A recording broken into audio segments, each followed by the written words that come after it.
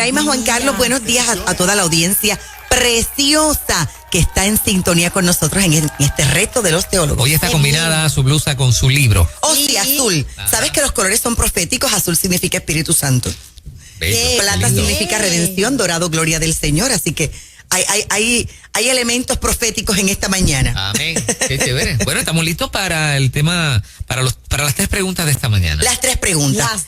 Quiero comenzar con Moraima, con una pregunta preciosa de la audiencia. De la audiencia. Esta pregunta la hizo una persona que nos escucha, así que sé que está conectadita. Quiere que Marlene nos explique lo que significa, está en Efesios, ¿verdad? ¿Lo estoy diciendo bien? Ajá. Efesios 18, 10 y 19.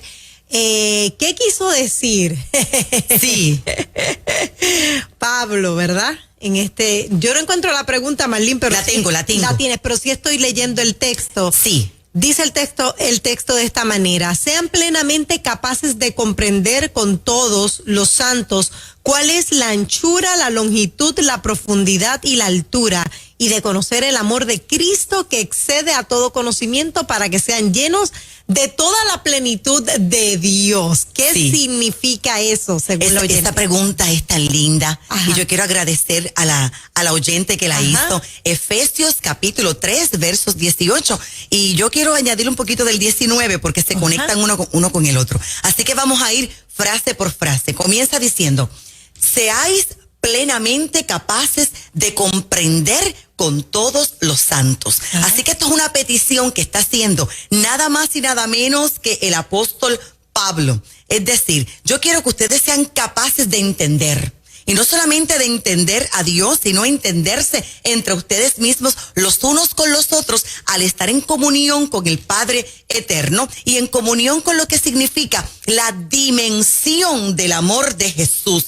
Así que Pablo lo que está diciendo es: yo quiero que ustedes lo comprendan, no solamente por palabras, sino por su experiencia. Y aquí hay 4 palabras importantísimas. Quiero que comprendan la anchura. Quiero que comprendan la longitud, lo largo. Quiero que comprendan la profundidad, lo hondo, lo profundo. Y quiero que comprendan la altura del amor de Dios. Así que el apóstol Pablo está diciendo algo muy interesante. Y es que el amor de Dios tiene dimensiones.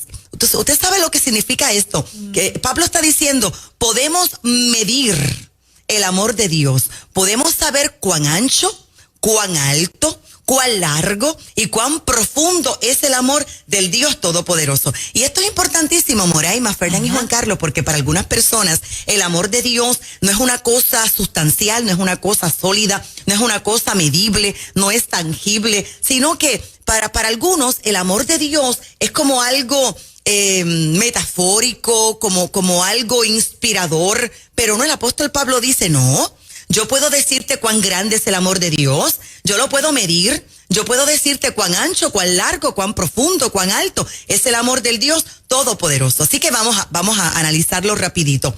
Anchura. Y ay, Dios mío, cuando yo estaba anoche respondiendo a esta pregunta, los ojos de verdad que se me aguaron. Y esta mañana repasándola, Moraima otra vez me dio como un sentimiento. Wow. Porque yo sé que a ustedes también le va a ocurrir cuando hablamos de la anchura del amor de Dios. Cuando hablamos de anchura estamos diciendo cuán ancho, o sea, hasta dónde puede cubrir el amor del Dios Todopoderoso. Bueno, pues el amor de Dios es tan y tan ancho que cubre nuestros pecados. Cubre tu pecado, cubre mi pecado. El amor de Dios es tan y tan ancho que cubre cada circunstancia de nuestra vida, para que todas las cosas nos ayuden, y como dice la palabra, que todas las cosas obran para bien. Entonces, cuando nosotros dudamos del perdón de Dios, cuando dudamos de ese amor de Dios, de su providencia, estamos como limitando el poderoso amor de Dios y su anchura. Su amor es tan y tan ancho como el planeta Tierra, tan ancho como el mundo, porque dice la palabra del Señor en Juan capítulo 3, versículo 16, y de tal manera amó Dios al mundo, así de ancho es el amor de Dios. Pero ahora, ¿verdad? Algunos parecen que son llevados tan lejos y tan lejos con la altura o con la longitud del amor de Dios que niegan su anchura. ¿A qué hago referencia en esta preciosa mañana? Moraima, voy a inhalar, voy a exhalar, pero es que lo tengo que decir. A ver. Porque habemos evangélicos pentecostales, que yo me considero una de ellas. Hay algunas personas que dicen, pues hay salvación para nosotros los evangélicos. Hay salvación para nosotros los pentecostales. Pero no hay salvación para, por ejemplo, los católicos. No hay salvación para otro tipo de pensamiento. Y algunos llegan a pensar, nosotros sí y ellos no. Y eso no es entender la anchura del amor de Dios. Bueno, pues continuará la estrechez por algún tiempo. Pero yo quiero decirte en esta hora, hablando de la anchura del amor de Dios, que habrá más en el cielo de lo que nosotros esperamos ver, precisamente por esta anchura que cubre tanto. Ahora, no solamente lo ancho, la longitud, lo largo del amor del Señor. Ahora, cuando nosotros vamos a pensar en la longitud del amor de Dios, tenemos que hacernos una pregunta. ¿Cuándo fue que este amor de Dios comenzó para mí? ¿Por cuánto tiempo continuará? ¿Habrá final para este gran amor que Dios tiene por mí? Y esto nos dice a nosotros la longitud del amor de Dios. La anchura, todo lo que cubre, a todos los que nos cubre. Pero la longitud, ¿hasta dónde? Y la verdad es que dice Jeremías capítulo 31, versículo 3, con amor eterno te he amado, amor eterno. Así que vemos la anchura y vemos la longitud. Pero vamos a la profundidad. Filipenses capítulo 2, versos 7 y 8 nos dice cuán profundo, cuán hondo es el amor de Jesús por cada uno de nosotros. Dice la Biblia, se despojó de sí mismo, tomando forma de hombre, forma de siervo, hecho semejante a los hombres, y estando en esa condición de hombre, se humilló, haciéndose obediente hasta la muerte. Y dice la Biblia, y muerte de cruz.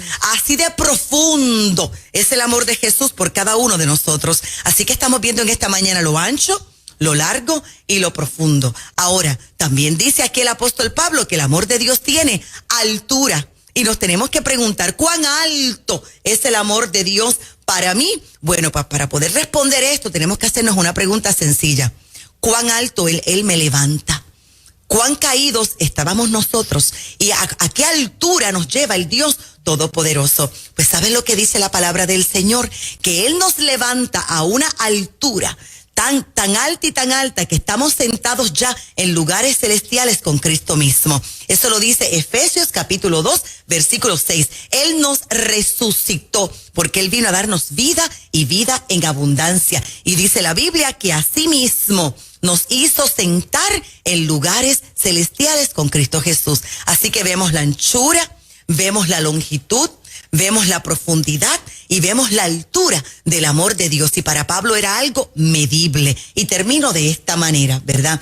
Para llegar a cualquier entendimiento de las dimensiones del amor de Dios, vayamos a la cruz. Mire, cuando vamos a la cruz, aquí más o menos la estoy haciendo, vemos que tiene cuatro direcciones, hacia arriba, hacia abajo, derecha y a izquierda. Así que el amor de Dios es lo suficientemente ancho como para incluir a cualquier persona. Es que lo tengo que repetir, Moraima, para incluir a cualquier persona, porque estas palabras están derribando este asunto de que a mí sí, pero a otros no, porque piensan distinto, porque adoran diferente, y caemos otra vez en el pecado de Caín contra Abel, que allí hubo un asesinato por estilo de adoración. Así es la anchura.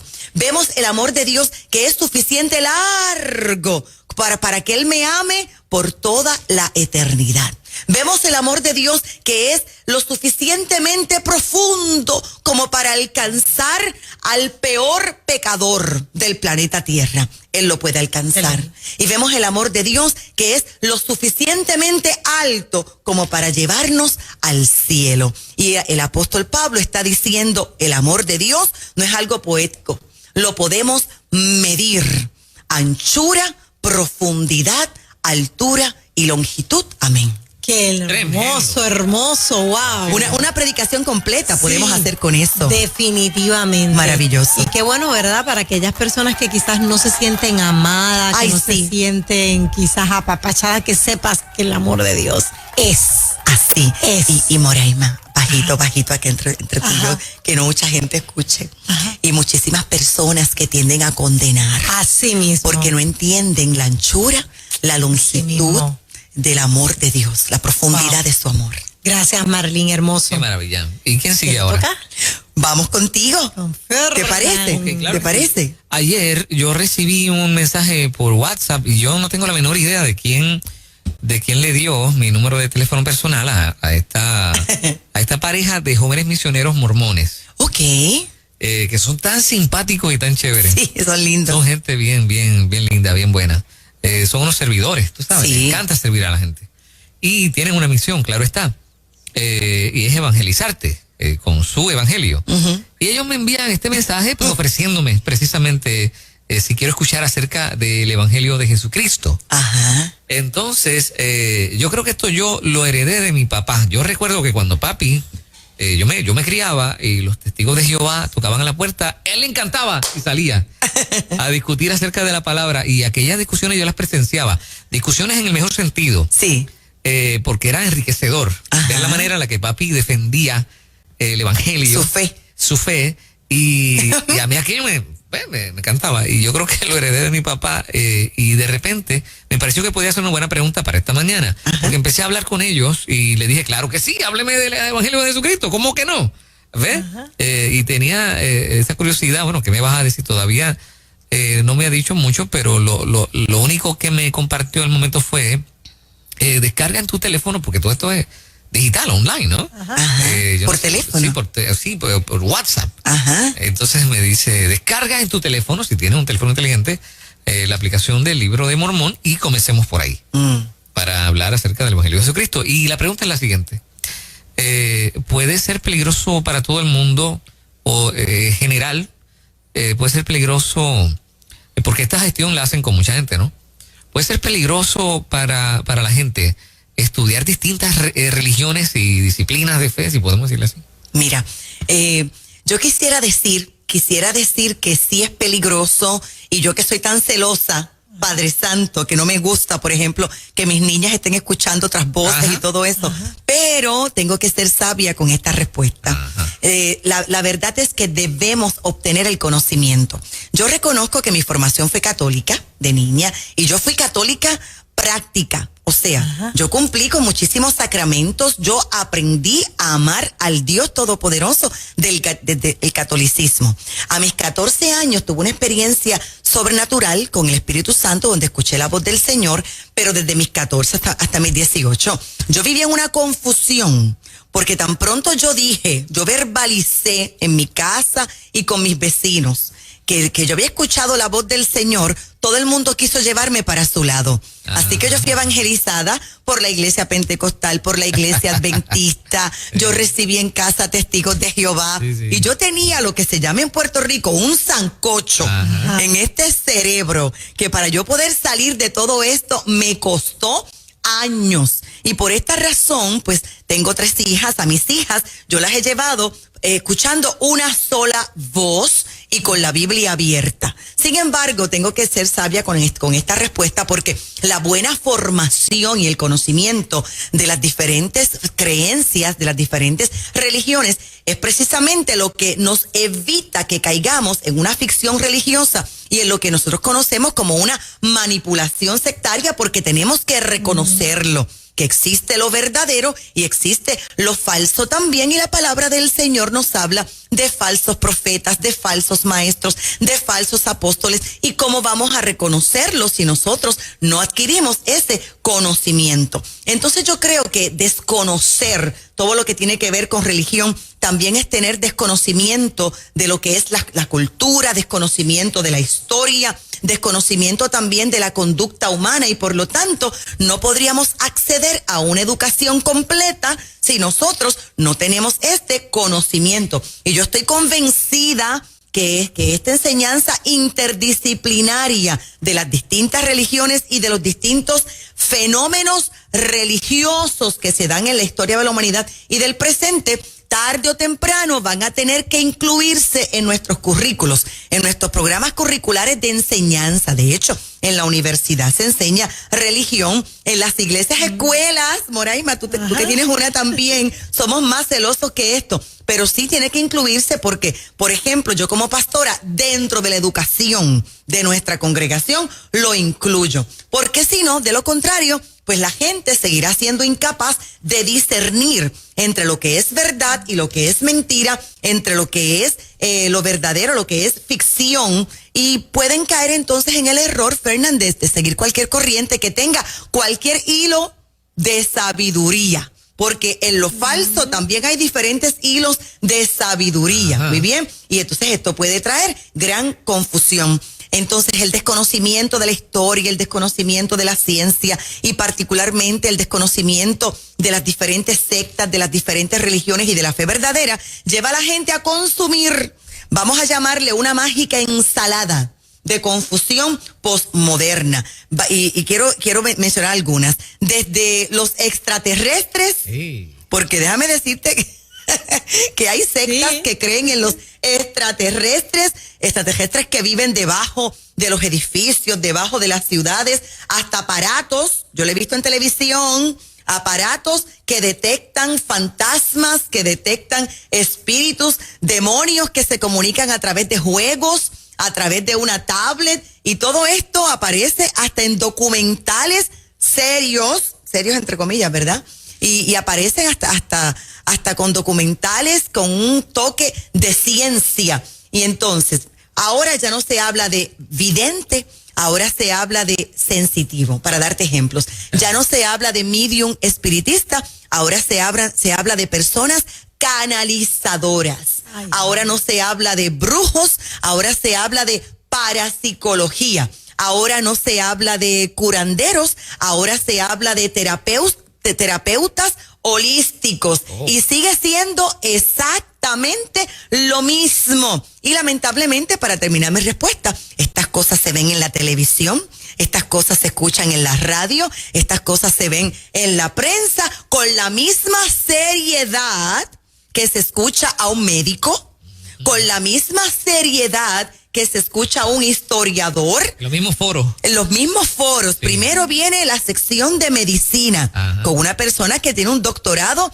en medicina. Y vamos a una pausa y no se retire porque ahora venimos con la lectura del tarot. Entonces, es verdad. Y ahora viene un gran... Y yo no sé, ¿pero qué pasó aquí? Uno dice, mira, están al mismo nivel.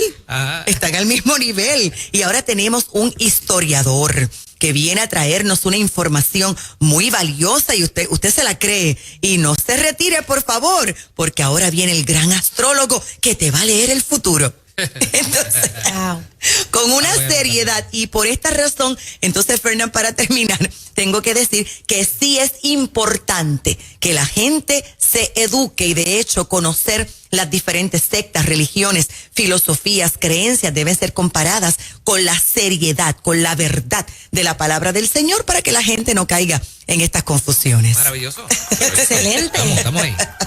Yo escuché, él me puso un poquito la grabación. Sí, yo se la envié. ¿Me la envió? Pastora, ¿usted la escuchó? Sí, yo la escuché la grabación. No, y lo lindo es, déjame retirar la palabra lindo. Lo interesante es que cuando tú lees la verdad, los puntos doctrinales de los mormones, tú dices, es que es como nosotros. Sí, el evangelio, sí. Es como nosotros, sí. Es que la verdad, las diferencias son mínimas, sí. Pero cuando entras en la práctica y cuando comienzas a escucharlos a ellos y sus discipulados, te das cuenta de las grandes diferencias que hay entre los mormones y los evangélicos y los católicos también, claro. Yo no puedo ser muy categórico, pero habiendo hojeado en el pasado el libro de Mormón, parecería como una especie de duplicado del evangelio, pero en otro lugar, otro contexto. Se bautizan y todo esto, pero cuando llegamos al Ángel Moroni, allí decimos, ¿qué pasó? ¿Qué pasó aquí? ¿Qué pasó aquí? Nos fuimos de control. Interesante. Bueno, Iván. Pues Juan Carlos me dejó la pregunta para responderla. Dice, también es de un oyente, gracias a toda la audiencia preciosa que se está comunicando y está haciendo sus preguntas. Voy a leerlo, Juan me lo pasó, dice, pastora, Dios le bendiga, no me pierdo sus secciones en Nueva Vida y son de gran bendición para mi vida espiritual y le quisiera hacer una pregunta y entendiendo en horario muy lleno, si me pudiera responder. Muy bien, aquí está la respuesta. ¿Es correcto llamar a María Madre de Jesús y Madre de Dios? Parece simple, pero no lo es. Wow. Así que vamos a responderla rapidito. Bueno, con todo el respeto a las diferentes creencias, ¿verdad? Porque yo sé... Me está dando dolor de barriga. Sí, porque nuestros hermanos católicos, y fíjate que yo les llamo hermanos. Amén. En estos días, en una emergencia que tuve, fui a peinarme el pelo. Entonces el chico que me peinó tenía un proverbio precioso allí en su canasta. Y yo le digo, ¿eres cristiano? Y él me dice, no, católico. Y yo lo miré. Somos cristianos. Y yo, eres cristiano, ¿no? Porque los católicos son cristianos. Así que con el debido respeto a mis hermanos cristianos, ¿por qué digo esto? Porque hay una oración, ¿verdad? Dentro de sus celebraciones, donde se llama a María, Madre de Dios. Y me parece que por allí es que viene la pregunta, pero vamos a la palabra del Señor y utilizando obviamente la misma Biblia, la Biblia católica. Según las Escrituras, en Jesucristo existen dos naturalezas, aunque es una persona, pero son dos naturalezas, por eso es Jesucristo, Jesús y Cristo, importante. Sin embargo, esa naturaleza humana, porque Cristo es el Señor Dios Todopoderoso, Él es Dios, pero Jesús nació de una mujer y esa naturaleza humana la encontramos en la palabra del Señor en Juan capítulo 1, versículo 14, que dice, aquel que es la palabra se hizo hombre y vivió entre nosotros y hemos visto su gloria, la gloria que recibió del Padre por ser su Hijo único abundante en amor y verdad. Así que esa naturaleza humana comenzó con la Virgen María. Y le llamo Virgen María porque es que la verdad es que José no fue el padre de Jesús. Jesús es el Dios Todopoderoso y José no tocó a María para que Jesús naciera. Estamos claros en eso. Por eso es que se le llama la Virgen María, porque Jesús nació y María estuvo en estado virginal, hasta que posteriormente, obviamente, José era su esposo y la tomó como su esposa, como su mujer. Muy bien, y esto no le resta santidad a María en ningún concepto. Así que es correcto decir María parió a Jesús. María, Madre de Jesús, porque es así. Ahora, cuando vamos a Juan capítulo 1, versículo 1, dice lo siguiente, y vamos ahora a la segunda naturaleza de Jesucristo. Él es Dios. Y dice, en el principio ya existía la palabra, y aquel que es la palabra estaba con Dios y era Dios. Cuando leemos Juan capítulo 8, versos 56 al 58, cita la palabra del Señor. Abraham, el antepasado de ustedes, se alegró porque iba a ver mi día y lo vio y se llenó de gozo. Los judíos le dijeron a Jesús, todavía no tienes 50 años y dices que has visto a Abraham. Jesús les contestó, les aseguro que yo existo desde antes que existiera Abraham. Por lo tanto, sí es correcto decir, María parió a Jesús, María, Madre de Jesús. Lo que no es correcto es decir, María, Madre de Cristo, Madre de Dios. No, esto es un error. ¿Por qué? Porque en el Nuevo Testamento es claro que está la preexistencia de Jesús, del Dios Todopoderoso. Él mismo le dijo a los judíos, Juan 3:17, antes de que Abraham fuese, yo soy. Y Juan comentó, Dios no envió su Hijo al mundo para condenar al mundo. Así que es evidente que la persona de Cristo es divina y no es humana. Lo que quiero decir es que Cristo es eterno. Cristo no fue formado en el tiempo, por lo tanto, ningún hombre puede adjudicarse el título de Padre de Dios y ninguna mujer puede adjudicarse el título de Madre de Dios. De hecho, María nunca lo hizo. Muy bien. Ahora, por lo tanto, Jesús adquirió esa sustancia humana porque el Padre tomó la decisión de que él naciera como hombre y escogió a esta santa mujer conocida como María de Nazaret, para que tuviera naturaleza humana. Ahora, para terminar mi respuesta, entonces, ¿de dónde viene esto? ¿De dónde? Bueno, de un sentido lógico, ¿verdad? Y como un razonamiento lógico. María es madre de Jesús. Eso es correcto. Jesús es Dios. Eso es correcto. Entonces se llega a la conclusión, por lo tanto, María es madre de Dios. Pero vamos a analizarlo rapidito en un breve minuto. Sí, María es madre de Jesús. Esto es verdad, lo acabo de leer en Juan 1:14. Jesús es Dios.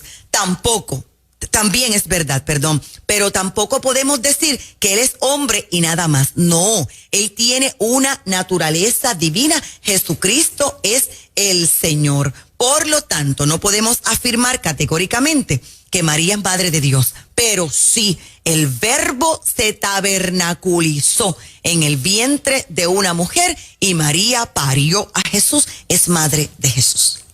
Maravillosa. Excelente. Gracias, Pastora Marlene. Me gusta la parte que dijiste, María no se proclamó. No, ella no. No, jamás. Sí, jamás. sí. Para ella es tan admirable María Moraima, tan y tan admirable. Porque tú sabes lo que es tú recibir la visita Exacto. de un ángel y que tú preguntes, pero yo soy virgen. ¿Cómo será esto? Ajá. Y que el ángel te diga, te voy a explicar el proceso, el Espíritu Santo vendrá sobre ti. Y ahora quedas embarazada. Ajá. Con una gallardía, con una valentía, porque la iban a acusar de fornicación.